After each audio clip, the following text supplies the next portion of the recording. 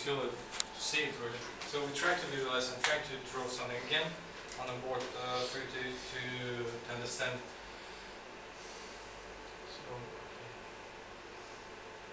So we have the Bore, competing Bore. It's created. So you don't forget, this is the creator, okay? That's the force. So in this world, I have a point and a heart. So we like to draw this because it allows us to visualize this point and a heart. So what it's called neshama. So we're using Hebrew terminology here. It's called neshama. So create the influence. This point in the heart in you awakens in you from a spiritual world. So second upper world. Yeah. And this is our world. So he influenced. It's not we're not referring to a great man sitting on a cloud. Pictures sometimes in the cartoons and movies. Sometimes he's singing, playing with the angels. But it's not like that. It's the force.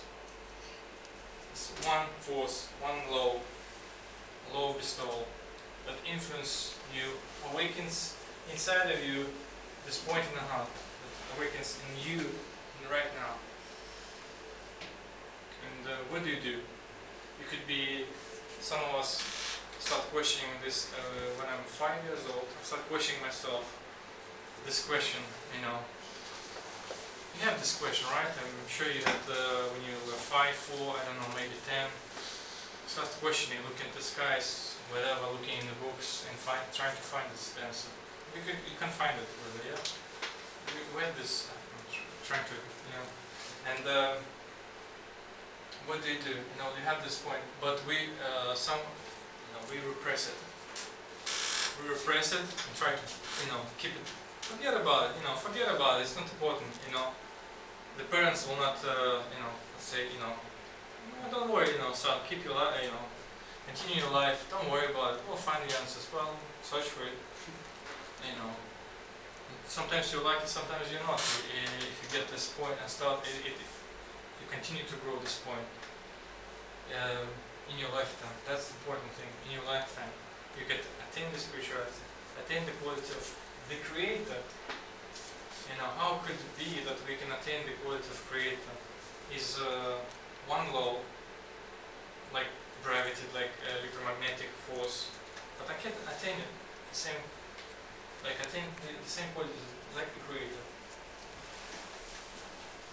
because I can start resembling His qualities slowly. It's the point grows in you. The point grows, and they say that that we don't. Kabbalah say that we actually don't have a soul. It's how unfortunate that they say, but we don't have a soul. Some okay, why we don't have a soul? I think I was from a young age, friends said, you have a nice, lovely soul, inside of you. And where is it? Do you feel it? Can you touch it? No. But the soul starts to grow in you actually from that point. So the Kabbalah say that you have to grow this point. Yeah, and it's one of those things. I mean, obviously there's been many philosophers who've questioned the meaning of life. Plato, Socrates, other people that so many people that you would lose track of mentioning them. And this is really the answer to that question. This whole process is that when the point in the heart develops in somebody, then you start to be concerned with this question. And this is the answer to that question, is what is the purpose of my life? And that's what Kabbalah ultimately answers. Yeah, and how can we influence the light that exists in upper worlds? I mentioned, how can we influence the force, the law? They call it the upper light. And the Kabbalah, it affects us. I don't feel it right now. I don't feel like a telephone, the frequency of the telephones. We have how how many of us? So we have 20 of us here in this room. I don't sense the frequency of the telephone now. You know, telephone going through millions of waves that going through. I don't feel it. And what the Kabbalists say that there is the upper light, but I don't feel it. I don't sense it. I need to tune myself like a frequency to that, like a radio. You know, we don't use old radios now, but back then you tune yourself to that frequency. So tune yourself to the frequency of the Creator. Slowly. You know, it takes time to attain it. But from the moment you already start questioning the meaning of life, you start seeing a different reality.